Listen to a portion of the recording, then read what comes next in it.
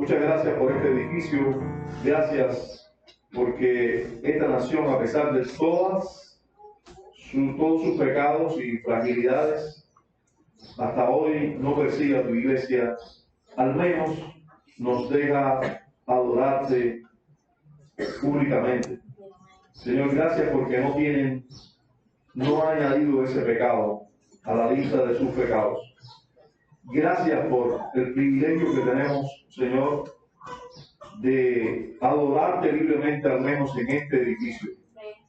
Y gracias porque nos concedes también tu palabra y este tiempo, este día glorioso en el que podemos consagrarlo a ti, dedicarlo a ti y exponernos, Señor, con abundancia de tiempo a la verdad de tu palabra. Rogamos que uses poderosamente este día, Señor, para guiarnos, para redarguirnos, para corregirnos, para bendecirnos, Señor. En la medida que nosotros te adoramos, en la medida que nos exponemos a tu palabra, haz aquello que puedes hacer por medio de ella y que siempre va a ser para gloria de tu nombre y para bien de nosotros. En Cristo te lo imploramos. Amén. Bien, vamos a recordar brevemente lo que hemos visto hasta aquí sobre el Evangelio y el alcance de su gracia. Habremos visto la inauguración de la revelación especial del Evangelio. ¿Cuándo fue inaugurado esa revelación especial del Evangelio? ¿Alguien sabe? ¿Alguien sabe cuándo fue inaugurado la revelación especial del Evangelio?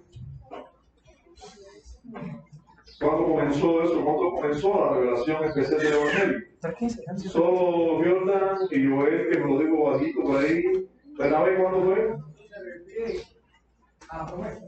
Exacto.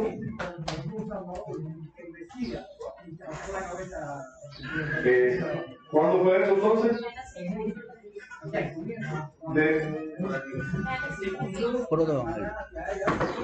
Exacto, en el contexto del pecado original, ¿verdad? El pecado inicial, el primer pecado del hombre, allí mismo Dios promete a el Salvador, y solo por ese medio, hermanos, solo por ese medio es que somos salvos de la ira. La promesa de un Redentor fue dado allí desde que el hombre pecó.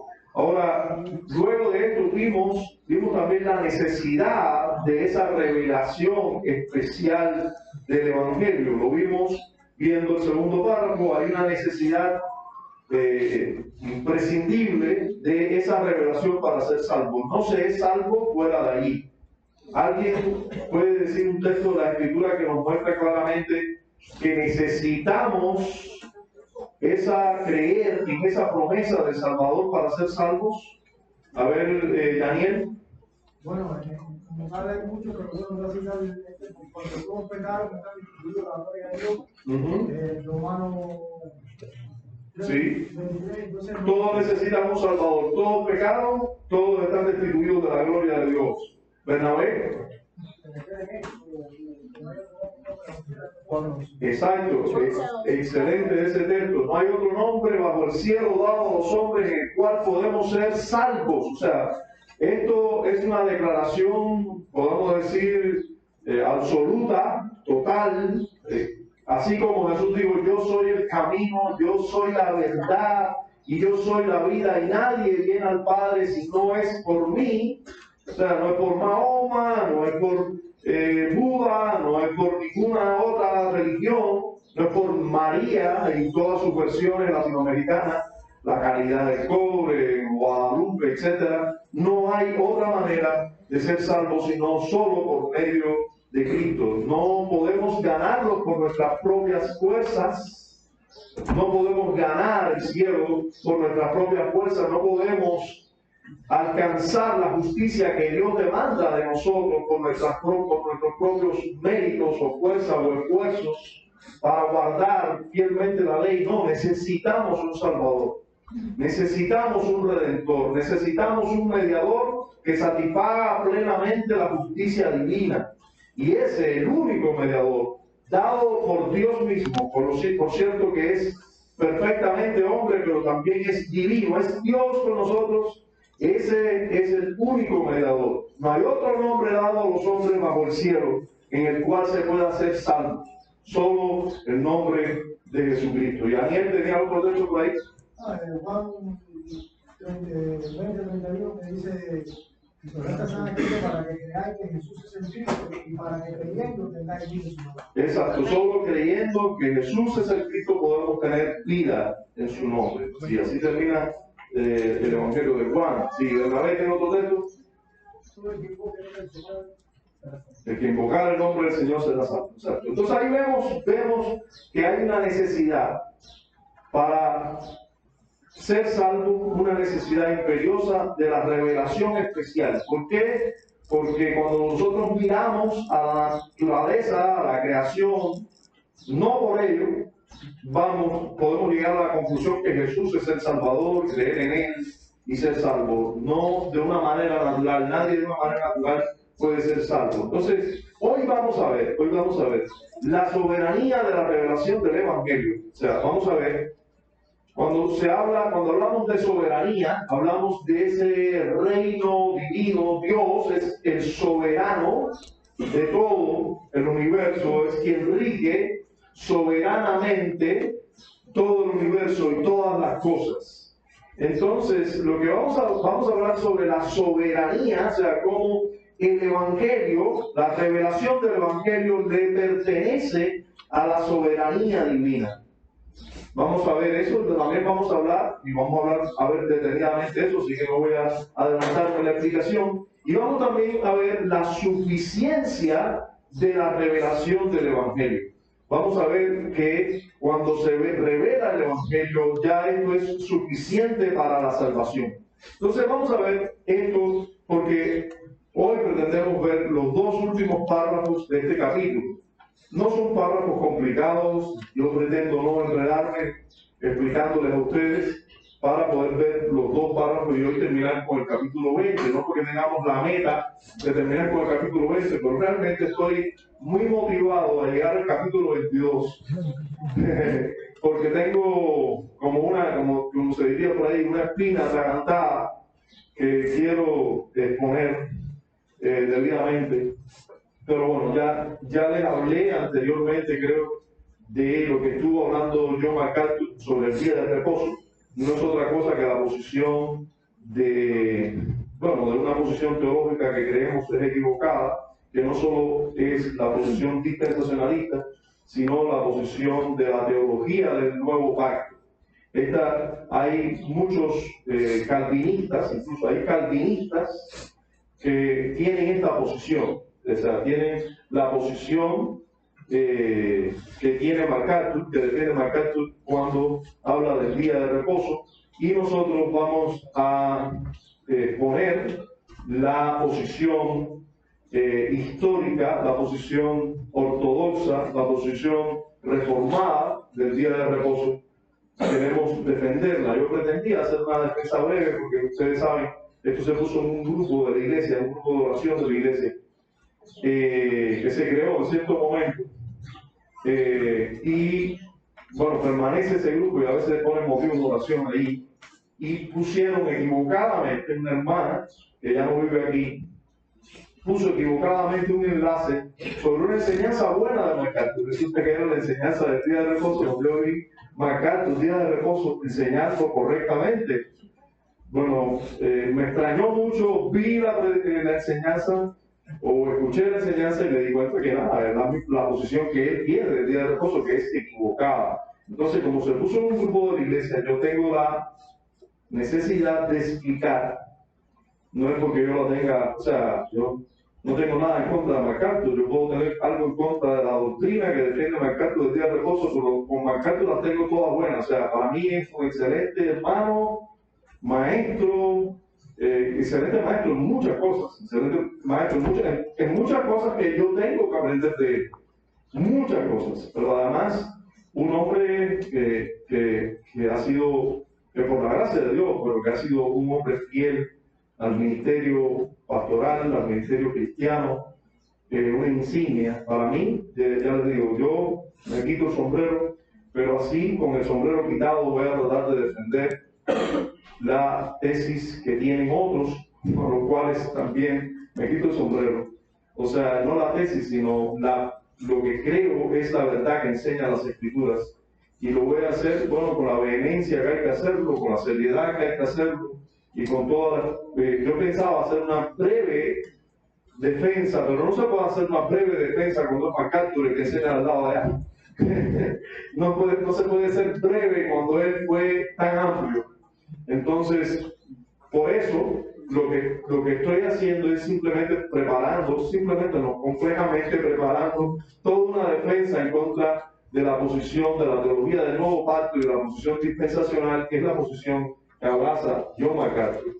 Entonces, vamos a tomar esa enseñanza y de hecho vamos a ir refutando la enseñanza de John MacArthur punto por punto. Entonces, para eso lo voy a hacer en este tiempo de estudio bíblico. Cuando lleguemos al capítulo 22, porque el capítulo 22, de hecho, trata sobre este tema. Entonces, como estamos tan cerca del 22, no vamos a hacer ninguna interrupción ni nada.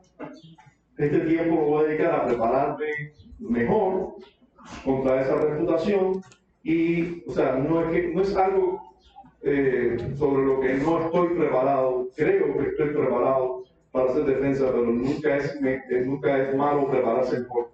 Entonces, mis intenciones son prepararme mejor sobre este asunto y darles una explicación detallada, en la iglesia. Yo creo que es bueno que la iglesia esté preparada en este tema, no solo para tener una conciencia tranquila delante de Dios, no solo para tener una conciencia tranquila delante de Dios de cuando está adorando a Dios en el día de reposo, hacerlo de la manera correcta y con una conciencia bien instruida y sin dudas sobre este tema. Entonces, por eso les digo que estoy deseoso también de terminar en tiempo. O sea, esta clase está preparada hace varios años, esta que vamos a dar hoy.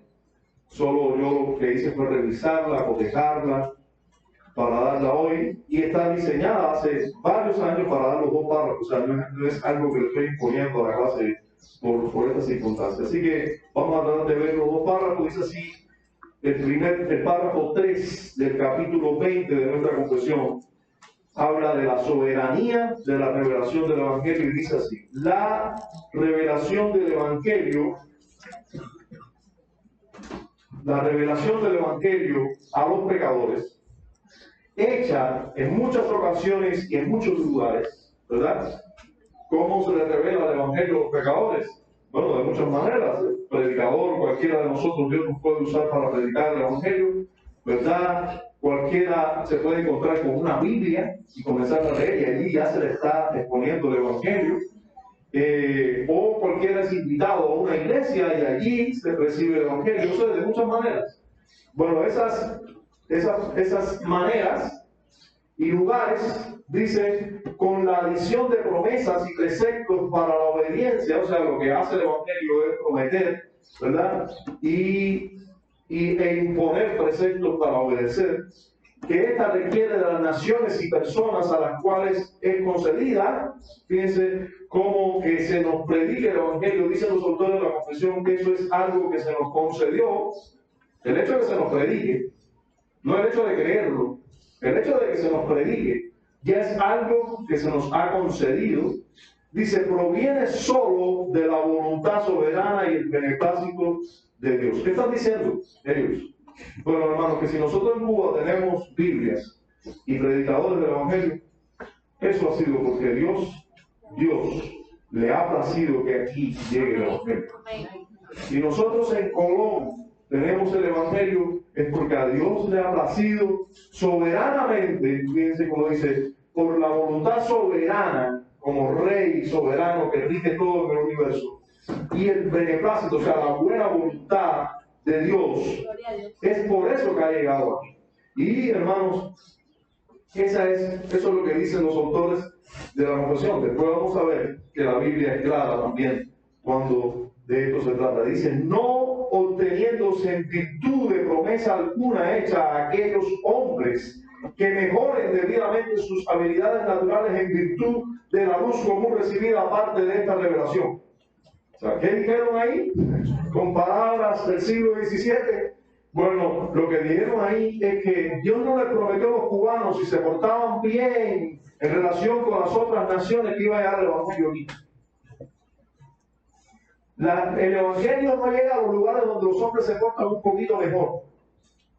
Vamos a bendecir a aquellas personas porque son menos malos que aquellas, no. Vamos a bendecir a aquella nación porque es menos mala que aquella, no.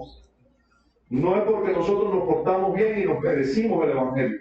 No, Dios simplemente soberanamente y de manera bondadosa nos concede que el evangelio llegue, que llegara un día a nuestras costas y que entrara a esta nación, ¿verdad?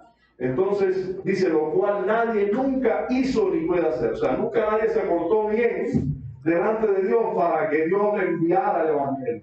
Ninguna nación hizo eso, ninguna persona en particular. Usted pudiera pensar desde sus adentros, como piensan muchos arminianos. No, el problema es que Dios vio que yo no era tan malo como el vecino de esquina. Y como yo me porté bien, el evangelio llegó a mi vida. Y yo le pregunto a ustedes, ¿quién no ha pensado si alguna vez? Bueno, si ustedes no han pensado en ese que ustedes tienen delante, sí lo han pensado así. Yo en algún momento, con el arminiano de guardia, he pensado, no, pero Dios sabía que yo no era tan malo, cuando yo me comparo con fulano. ¿Sí? Pero cuando el Señor está ministrando el corazón, lo que veo es lo contrario. No es que el Señor dijo que yo era el peor de todos. Porque no pudo ver uno más malo que glorificara más su nombre y su bondad y su gracia. Entonces me visitó. Así que, hermanos, realmente no es porque nosotros nos portamos un poquito mejor. No, que nos llegue el evangelio. Sino solo por la voluntad soberana y el beneplácito de Dios. Ahora, por lo tanto, o sea, después de esa declaración, por lo tanto, en todas las edades, la predicación del evangelio ha sido concedida, repiten la palabra, ¿verdad? Concedida a personas y naciones con gran variedad en cuanto al alcance o limitación de esta, conforme al consejo de la voluntad de Dios. O sea, la predicación del evangelio se le concede a las naciones y a las personas, porque puede llegar el evangelio a una nación. Sin embargo, hay personas donde se está predicando el evangelio donde nunca reciben el evangelio, y hay personas que sí reciben el evangelio y vez tras vez. Yagorete es una persona que escucha el evangelio vez tras vez, ¿verdad? Pero hay niños de la edad de Yagorete que viven en esta nación que probablemente nunca han escuchado el evangelio. Eso es una realidad. Entonces, ese tipo de variedad en la oportunidad es algo que también dirige Dios soberanamente. Es lo que dicen los autores de la Constitución. Eso quiere decir que el hombre, que nosotros no somos responsables de predicar el evangelio a cada criatura. No, de hecho, la orden de Dios es que nosotros le prediquemos a cada criatura. Y que lo hagamos responsablemente. Pero el que lo hagamos o no, eso tiene que ver también con la dirección soberana de Dios de esta tarea. Entonces, vamos a ir por parte ahora, como siempre hacemos. Vamos a ver primero la primera afirmación que ellos hacen, y donde ellos afirman la soberanía de Dios en el alcance de la predicación del Evangelio. Y ellos dicen, la revelación del Evangelio a los pecadores, ¿verdad?, hecha en muchas ocasiones, en muchos lugares, con la dicción de promesas y preceptos para la obediencia que ésta requiere de las naciones, y la persona a la cual es concedida proviene solo de la voluntad soberana y el beneplácito de Dios. Fíjense, muy importante la palabra concedida. Cuando le predicamos el Evangelio, esa predicación se concede algunos, y esa concesión, ese regalo, ese don de predicarle el Evangelio, proviene solo de la voluntad soberana y el beneplácito de Dios. Esto, indudablemente, estamos delante de una confesión calvinista. Si fuera una confesión arminiana, depende solo del esfuerzo de nuestra predicación. Por eso tenemos que ir y predicar a todas las naciones. Y eso realmente es un énfasis muy equivocado. Ahora, si interpretamos que esta declaración lo que quiere decir es que nosotros no tenemos que hacer nada, fíjense, y esperar que Dios nos diga, prediquen Perico, o nos lleve, nos empuje para Perico. Nosotros esperamos, nosotros tranquilos aquí, esperar que Dios nos empuje. No, hermanos. No, hermanos. Ese también es otro extremo. Ese es un extremo hipercalvinista. O sea, Dios nos ordena ir a hacer discípulos a todas las naciones. Ir y hacer discípulos a todas las naciones. Ya tenemos la orden. Ahora, nosotros haciendo esa tarea, Dios nos va a impulsar a las personas y naciones más indicadas, pero nosotros tenemos que estar en esa labor constantemente, porque Dios nos manda a nosotros a hacerlo, y Él soberanamente nos va a guiar en ese proceso, pero Él nos manda lo que nos encuentra haciendo lo que Él nos mandó a hacer. Y cuando los autores de la confesión están diciendo eso, están reconociendo y entendiendo que los cristianos se deben a la tarea de predicar el Evangelio todo el tiempo. Ahora, a donde lleguemos, eso va a ser guiado por Dios. Eso es lo que están diciendo. Y vamos a ver que eso es lo que están diciendo aquí, cuando veamos los textos que Dios nos da a examinar. Vamos a ver Mateo capítulo 11, versículos 20 y 22. Primero. Mateo 11, 20 y 22. Dice así. Entonces comenzó a reconvenir a las ciudades en las cuales había hecho muchos de sus milagros, porque no se habían arrepentido, diciendo, ay de ti Corazín, ay de ti Betsaida, porque si en Tiro y en Sidón se hubieran hecho los milagros que han sido hechos en vosotras, tiempo ha que se hubieran arrepentido en Cilicio y en Ceniza. Por tanto os digo que en el día del juicio será más tolerable el castigo para Tiro y para Sidón que para vosotros. A ver, ¿qué le está diciendo el Señor Jesucristo a estos dos pueblos que tenía delante? Y los representa, le llama a aquellos pueblos, está delante de personas, y le dice, ustedes son Capernaum, le está diciendo, ustedes son Colón. Y le está diciendo, ustedes han tenido el privilegio de recibir el Evangelio. O sea, han tenido el privilegio de que yo les predique el Evangelio, de que yo venga aquí, yo mismo venga y les hable del reino de Dios. Eso es un privilegio tan grande que ustedes deberían valorarlo. Tiro y Sidón, ustedes saben qué son. A ver, ¿quién sabe algo de geografía? Hermano, ustedes saben que saber geografía bíblica es saber Biblia.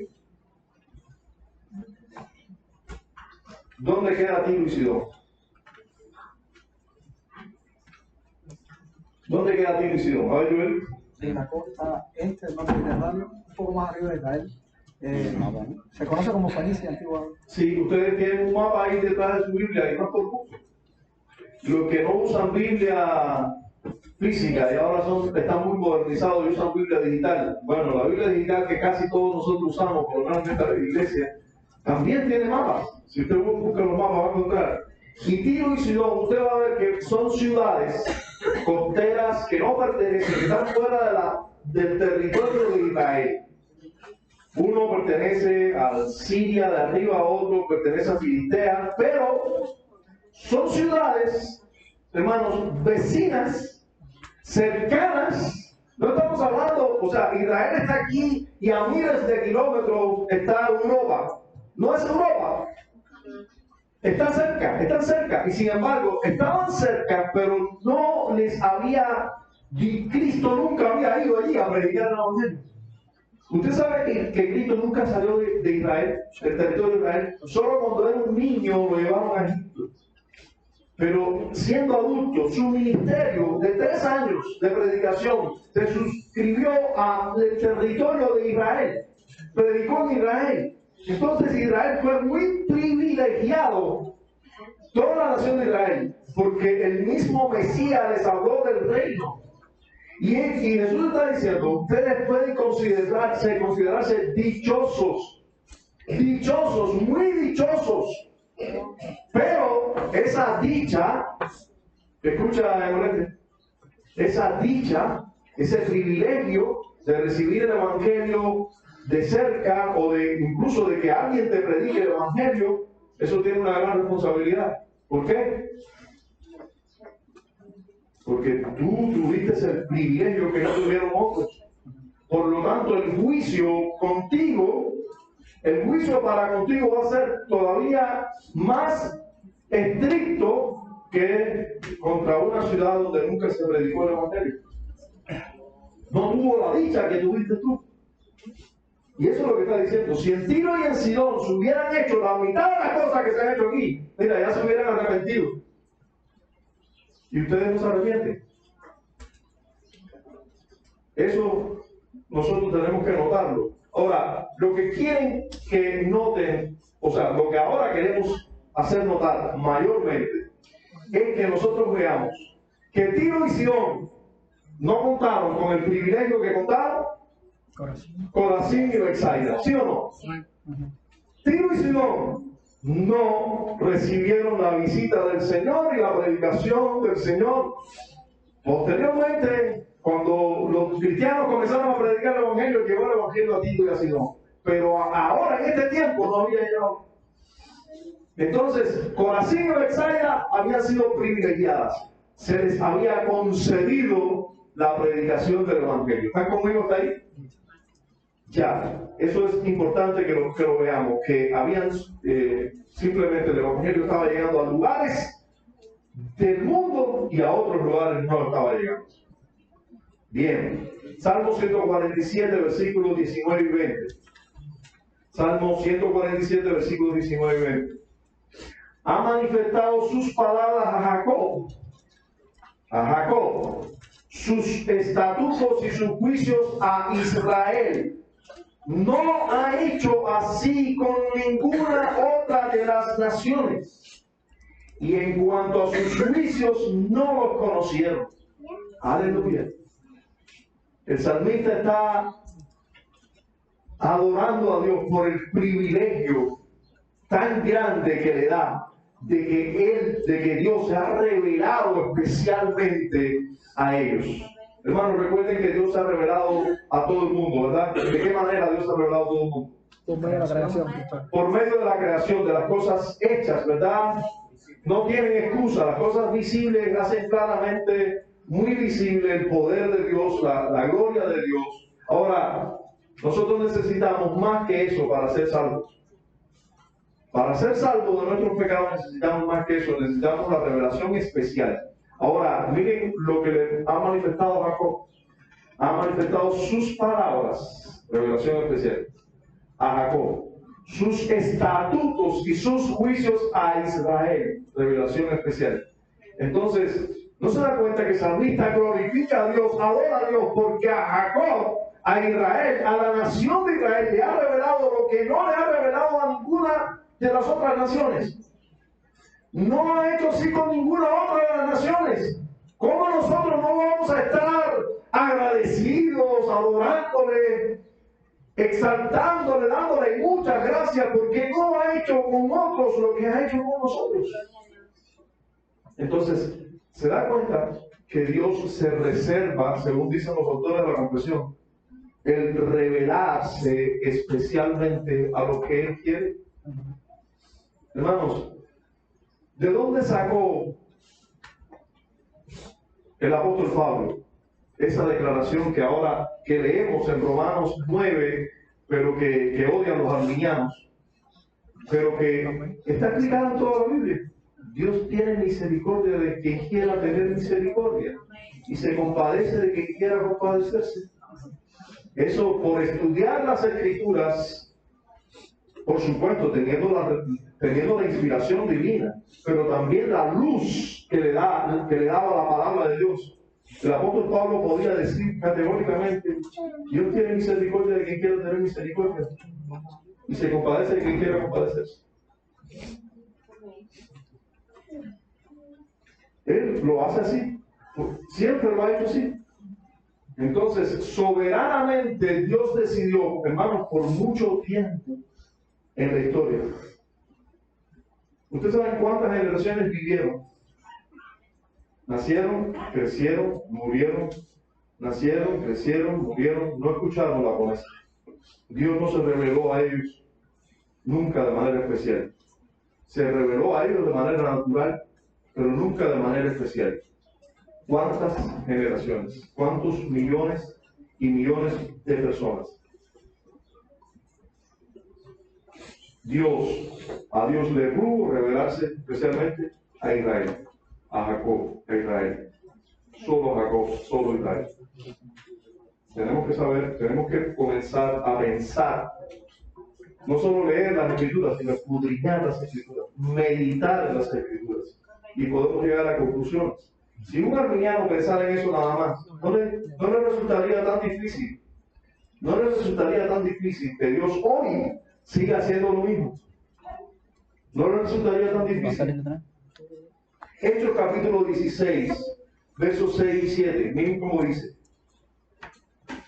y atravesando Frigia y la provincia de Galacia, les fue prohibido por el Espíritu Santo hablar la palabra en Asia. Y cuando llegaron a Misia, intentaron ir a Bitinia, pero el Espíritu no se lo permitió. ¿Qué ustedes creen de eso?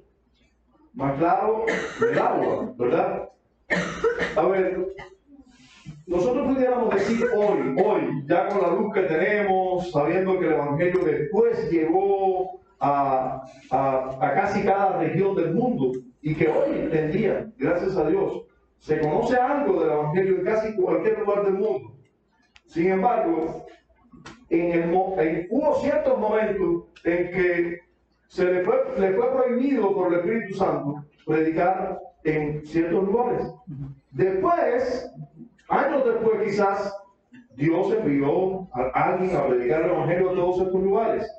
Pero hubo un momento en la historia en que Dios prohibió. O sea, Dios no le concedió que la predicación del Evangelio llegara a ciertos lugares. Y miren de manera clara, aquí está hablando del apóstol Pablo y de Bernabé en su ministerio de ir y hacer discípulos a todas las naciones, ir y plantar iglesia en todas las naciones. Estaba en esa empresa cuando atravesó Frigia y la provincia de Galacia, y le fue prohibido por el Espíritu Santo hablar la palabra, ¿dónde? En Asia. Ahora, sin embargo, nosotros sabemos que después fueron plantadas iglesias en Asia. Las iglesias, las cartas de Juan, todas las cartas de Juan, primera, segunda y tercera de Juan, probablemente hayan sido esas iglesias, pero el Apocalipsis, categóricamente podemos decir, fue dirigida a estas iglesias. Sin embargo, Dios tenía un tiempo para ellos, que no era el tiempo en que el apóstol Pablo estaba predicando, porque quería, cuando usted ve los recorridos apostólicos, parece que Dios quería que llegara a Macedonia y Acaya. Entonces no predicaron en Asia, siguieron a Macedonia, siguieron a Acaya, la región donde estaban las iglesias de Filipo, Corinto, Berea, todas esas ciudades que fueron alcanzadas por el Evangelio en el tiempo que Dios determinó. Entonces, hermanos, yo pregunto, ¿quién soberanamente decide dónde debe llegar el Evangelio? Dios soberanamente dirige eso. Ahora, en este tiempo de revelaciones gloriosas, de que los apóstoles estaban vivos, de que tenían una dirección, pudiéramos decir, más viva, más flagrante, más clara del Espíritu, nosotros podemos ver palabras como esa. El Espíritu Santo les prohibió. Después, uno de los pasajes muy interesantes de también de este tiempo es cuando ustedes saben que Pablo tiene como un sueño que un varón macedonio le dice, ven acá y ayúdanos. Indudablemente, el apóstol Pablo se despertó y dice, no, nos vamos a Macedonia. Fue en ese mismo tiempo, cerca de ese tiempo. Nos vamos a Macedonia. Ellos pensaban ir a Asia, ellos pensaban subir un poquito más de Asia hacia arriba, pero tenían que cruzar el mar e ir a Macedonia. No, eso no eran sus planes iniciales, pero Dios los guió allí. Dios los guió allí. Entonces, siempre, Dios guía nuestros pasos, nos lleva en dirección a seguir predicando las buenas nuevas. Hermanos, ¿por cuánto tiempo nosotros como iglesia hemos estado orando por las regiones circundantes? Por Perico, Jarao, Manguito, todos los alrededores. Señor, bendice. Nosotros queremos predicar el evangelio en todo alrededor. Ahora, no teníamos ni la fuerza, ni estaban ni las condiciones, ni era el momento. Y Dios lo sabe. Pero estábamos orando, deseosos de que se abriera una puerta. Concédenos una puerta abierta. O sea, dispuestos a hacerlo, orando por hacerlo. Se abre la puerta, arriba.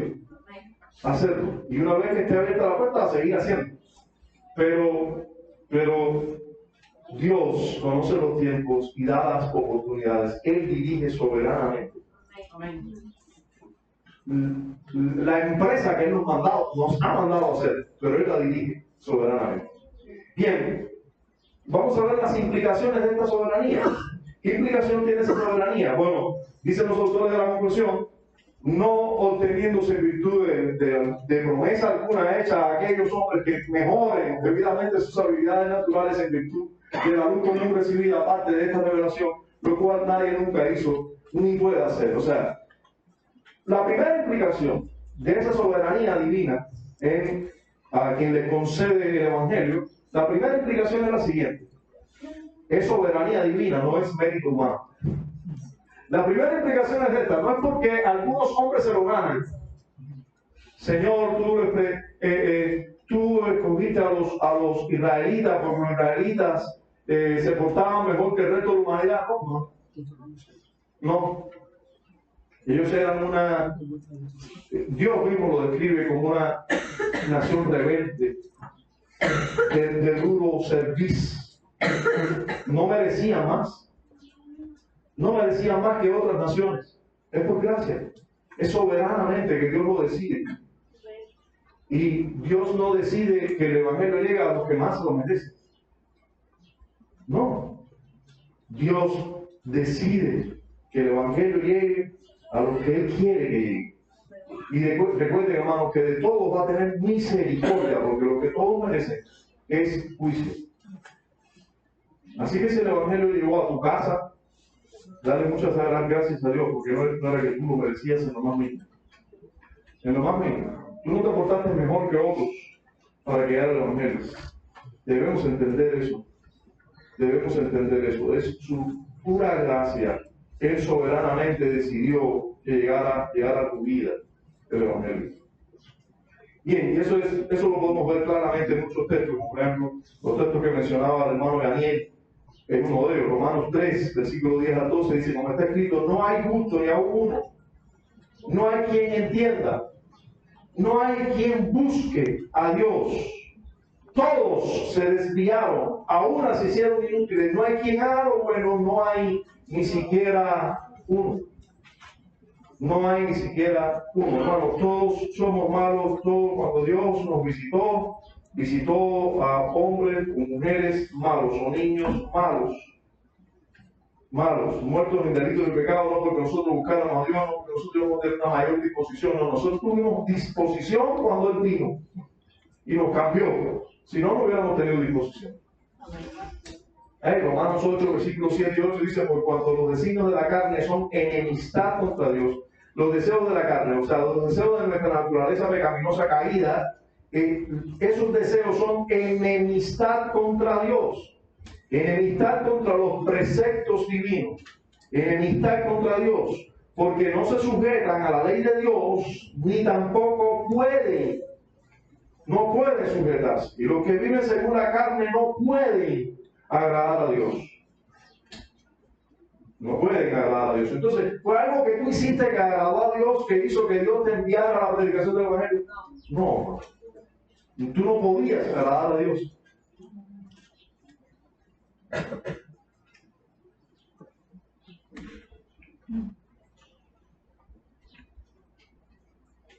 Vamos a ver el resultado de esa soberanía en la última parte del párrafo. Dice, por lo tanto, en todas las edades, la predicación del Evangelio ha sido concedida a personas y naciones con gran variedad en cuanto al alcance o limitación de esta, conforme al consejo de la voluntad de Dios. ¿Ya? Al consejo de la voluntad de Dios. Tanto a las naciones que ha llegado el Evangelio como a las personas que ha llegado el Evangelio. Eso es según el consejo de la voluntad de Dios. Entonces, a Dios gracias, hermano, porque llegó el Evangelio a tu vida y a la mía. Amén. A Dios gracias. Bien, vamos a pasar al segundo párrafo, el último párrafo de este capítulo de la Confesión de Fe del Hombre, que nos va a hablar de la suficiencia de la revelación del Evangelio. De la suficiencia de la revelación del Evangelio. Miren cómo dice. Dice, aunque el Evangelio es el único medio externo, ¿verdad?, para la revelación de Cristo y la gracia salvadora.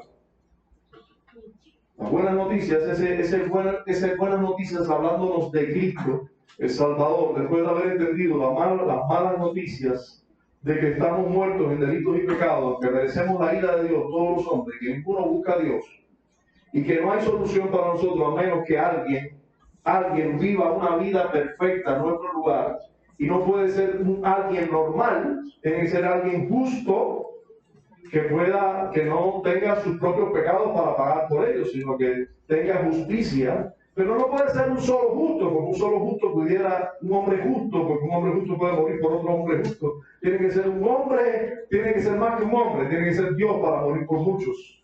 Y dice, esas buenas noticias, ese evangelio es el único medio externo para la revelación de Cristo y la gracia salvadora. O sea, es por la predicación que es revelado Cristo y la gracia salvadora, y como tal es abundantemente suficiente para ello.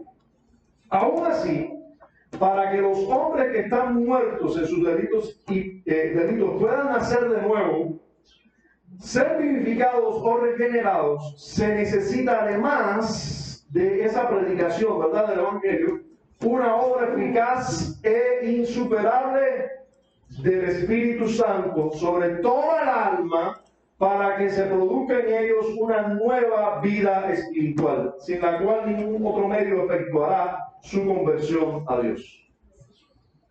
Eso es la verdad que nos debe premiar siempre o permear siempre cuando estamos predicando el Evangelio. El Evangelio en sí es poderoso.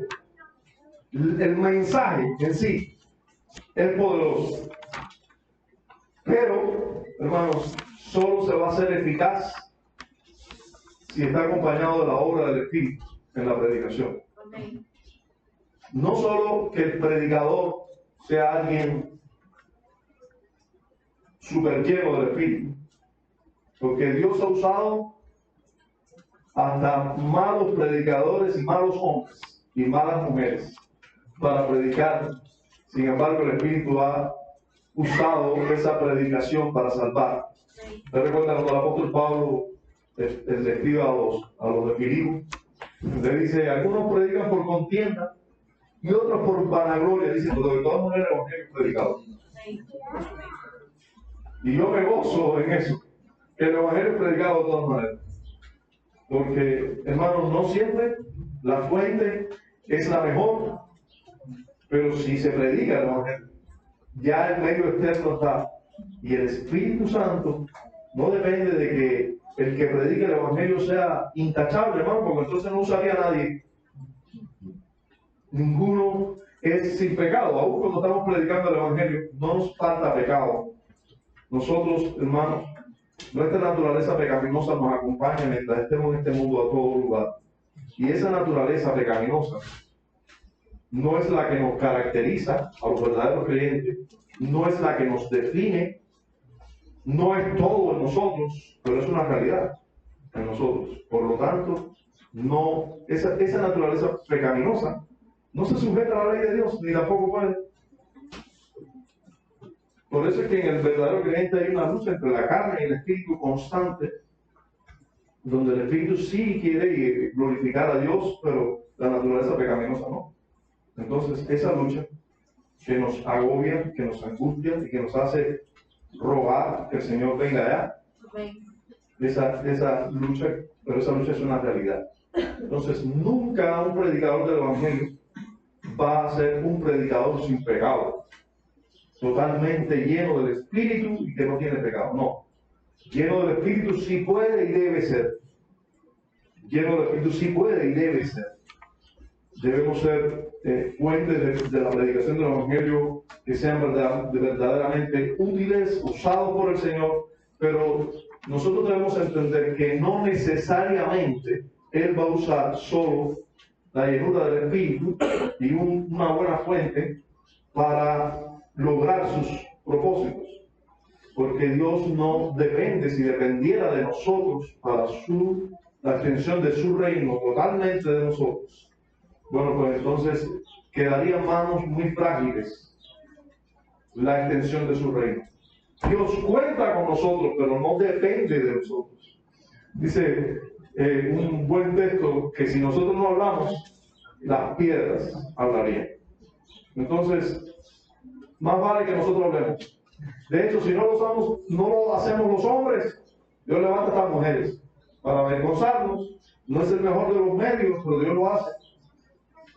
Sí, lo ha hecho. Y lo seguirá haciendo, porque es que no siempre los hombres hacen lo que tienen que hacer. Entonces, miren cómo nos están diciendo los autores de la expresión que es necesario, además de la predicación externa, predicación del Evangelio, ¿verdad? De hablar de las buenas nuevas, además de eso, la obra interna del Espíritu. Así que Karen y Anorete van a recibir siempre de sus padres, quiera Dios que así sea, la predicación constante del Evangelio a ellos, no porque ellos son niños cristianos, sino precisamente porque no son cristianos. Hay que predicar el Evangelio. Cuando sean cristianos hay que seguirles predicando el Evangelio. Ya no para conversión, sino para santificación. Pero ellos van a recibir la predicación del Evangelio de sus padres, y sus padres van a rogar siempre a Dios que el Espíritu haga eficaz esa obra que ellos están haciendo. Porque deben saber que solo por la obra eficaz, poderosa, todo el alma de las personas que alguien puede nacer de nuevo, ¿verdad? Entonces, eso es lo que están diciendo los autores de la oración en este último párrafo. Yo creo que es algo que nosotros creemos y que todos aquí podemos confesar, pero vamos a tener una afirmación, confirmación más clara de esa verdad ahora cuando nos pongamos a los textos de la Escritura.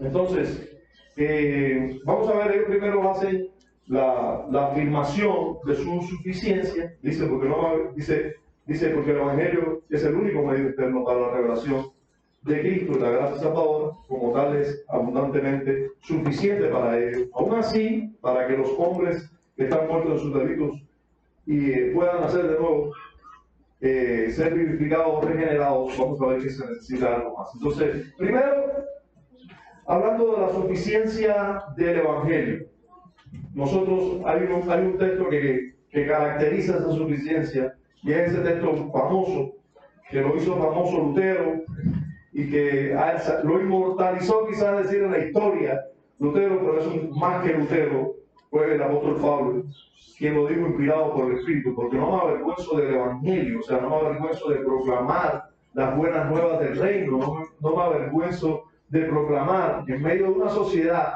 que premia a Capitán América y no sé cuántos capitanes más y cuántos héroes más, tú predicar que alguien que murió en una cruz crucificado, o sea, bueno, en la sociedad donde Pablo estaba predicando, e incluso enseñándole esto a los romanos, donde en Roma habían grandes héroes invictos en batallas, él está diciendo, yo no me avergüenzo de predicar un Cristo crucificado, no me avergüenzo del Evangelio. ¿Por qué? Porque es poder de Dios para salvación. Fíjense, y está hablando de la proclamación.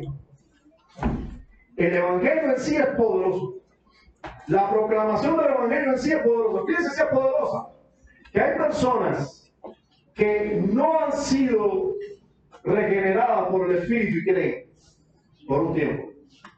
Por eso en la parábola del buen sembrador se nos dice eso, que algunos creen por un tiempo, pero cuando vienen las primeras aflicciones ya se quedan. Pero esos fueron impresionados por el Evangelio, porque el Evangelio es poder de Dios, y es poder de Dios para salvación a todo aquel que cree, al judío primeramente, y también al griego, o sea, a todo tipo de personas. Porque en el Evangelio la justicia de Dios se revela. O sea, el concepto del Evangelio, la predicación del Evangelio, usted está dando muestra de que la justicia de Dios se muestra por fe y para fe, como está escrito, mas el justo por la fe vivirá. Entonces sí, la proclamación del Evangelio es suficiente, es importante, es poderosa. Ahora, miren cómo los autores de la confesión matizan esta verdad de su suficiencia. Ellos dicen, pero se necesita además una obra eficaz e insuperable del Espíritu Santo sobre toda el alma, para que se produzca en ellos una nueva vida espiritual, sin la cual ningún otro medio efectuará su conversión a Dios. O sea, la predicación del Evangelio es poderosa, pero ella sola no hace nada. O sea, no logra, sí hace, pero no logra la conversión de las almas. Se necesita la obra poderosa interna del Espíritu Santo en toda el alma. Y eso, esta verdad la podemos ver en varios textos de la Escritura, pero vamos a ver algunos de ellos, como por ejemplo en Juan 6:44, un texto que todos, o que muchos conocemos y que todos deberíamos conocer, porque realmente es una bandera que debemos levantar siempre en el tema de la salvación. Ninguno puede venir a mí. O sea, ¿cómo se salva? ¿Por medio de quién se salva únicamente? Solo por medio de la obra del único mediador dado a los hombres, ¿verdad? Y no ser salvo solo yendo a Cristo para ser salvo. Sí, hay que ir a Él, hay que mirar a Él, hay que creer en Él. Jesús dijo, ninguno puede venir a mí si el Padre que me envió no le trajere, y yo le resucitaré en el día postrero. Entonces, miren, si ustedes miran el contexto, en el que Jesús dijo esto, hermano, estaba hablando de salvación. Estaba hablando de salvación, estaba hablando de quiénes iban a ser salvos. Y en ese contexto dice, pero ninguno puede venir a mí y ser salvo por sus propias fuerzas de voluntad, decisión propia.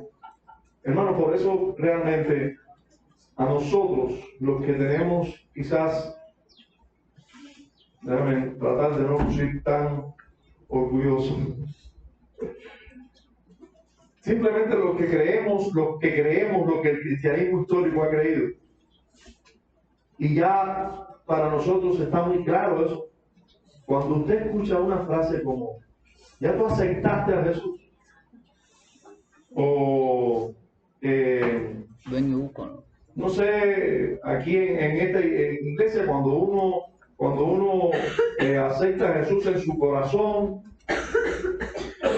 ese tipo de términos nos suenan feos, antibíblicos, para no decir heréticos. Porque, hermanos, la salvación no se resume o no se minimiza. No es tan sencillo como recibir a Jesús en el corazón. Es verdad que se recibe. La Escritura habla de los que le recibieron, los que creen en su nombre. Un poquito más que recibieron. Pero eso es que le recibieron, no es que abrieron la puerta del corazón y le dijeron, sí, ven a mi corazón, yo te dejo entrar. Yo te dejo entrar al corazón, ven. Y ya, y aceptan a Jesús en su corazón. Bueno, la salvación nunca, bíblicamente hablando, nunca es en esos términos. Antes bien, nadie puede ir a Cristo, nadie puede ir a Cristo. Nadie puede abrir su corazón. Nadie puede aceptarlos si el Padre no lo trae a Cristo. Hermanos, eso es lo que dice la Biblia. Lo que dijo Jesús tan claramente y explícitamente. Nadie puede venir a mí si el Padre que le envió no le trajere. Y a ese entonces yo lo resucitaré en el día postrero. El que el Padre trae, a ese va a venir. El que el Padre lo trae. Porque si no, el Padre no te trae, tú no puedes. Eso es lo que dicen los autores de la confesión. Si el Espíritu Santo no lo trae, no lo agarra y lo lleva a Cristo, no puede ir a Cristo. ¿Entiendes? Puede escuchar el Evangelio, puede resultarle fascinante el Evangelio, puede resultarle poderoso el Evangelio, pero si el Espíritu no hace una obra de traer a Cristo, no van a Cristo. Eso lo dijo Cristo categóricamente aquí. Pero no solo lo vemos aquí, vamos a verlo también en Efesios capítulo 1, versos 19 y 20. Efesios 1. Otro pasaje un poco odiado por los arminianos, ¿no? O por muchos arminianos. A ver, no todos los arminianos son igualmente arminianos. De hecho, la mayoría son muy pelagianos. Pero un arminiano consecuente puede lidiar con Efesios, por supuesto, torciéndolo mucho. Pero están dispuestos a enfrentarse y torcer. Están dispuestos a enfrentarse a Efesios 1 y torcerlo. Pero hay otros que no lo soportan. Simplemente dicen, no. Pero ¿por qué? ¿Por qué Efesios 1, Romanos 8 y 9 nada más? ¿Por qué? Bueno, porque son porciones de la Escritura, ¿no? Y por cierto, todas las cartas apostólicas son porciones de la Escritura que están explicando toda la Biblia. Están explicando toda la Biblia. Son cartas apostólicas, máxima revelación. Yo creo que Matalía tiene que ir con la amiga mía para Entonces, dice Efesios capítulo 1, versículos 19 y 20. ¿Y cuál la supereminente grandeza de su poder para con nosotros los que creemos? Según la operación. Ahora, yo quiero que ustedes noten esto, porque lo que está diciendo el apóstol Pablo es que cuando nosotros creímos, lo que ocurrió fue una supereminente grandeza de su poder. Dice, bueno, tendríamos que leer en el contexto, ¿no? Pero no voy a leer el contexto porque siempre me enredo y trato de predicar todo el pasaje. Pero voy a restringirme solo a esta porción.